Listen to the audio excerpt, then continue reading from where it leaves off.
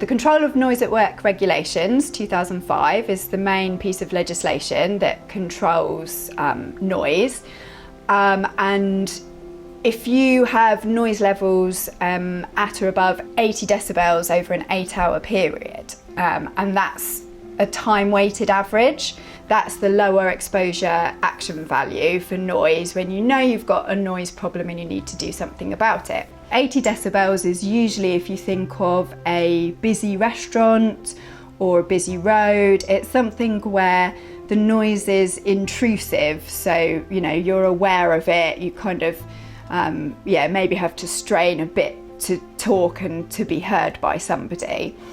So as the person in charge of a building, it is your ultimate responsibility to look after the health and safety of the people in that building, which applies to any noise hazards that you have in your building.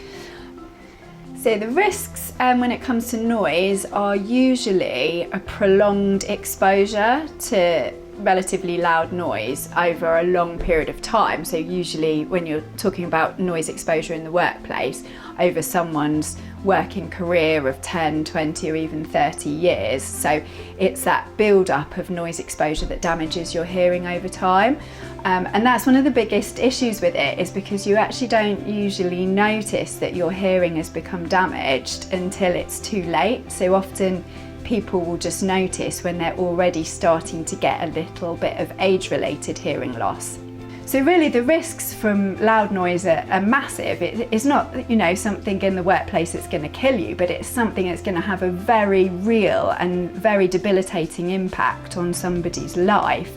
One of the things we often see is an over-reliance on hearing protection to kind of sort everything out, when actually the regulations require you to do as much as reasonably practicable to reduce the noise by other means before you rely on hearing protection. So you do really need to look at eliminating the noise if possible, changing working processes, amending machinery, reducing exposure times, implementing job rotation. There's a whole host of other things that you can do to look at reducing the noise levels, and you can't just say, I've given my employees hearing protection and that's it.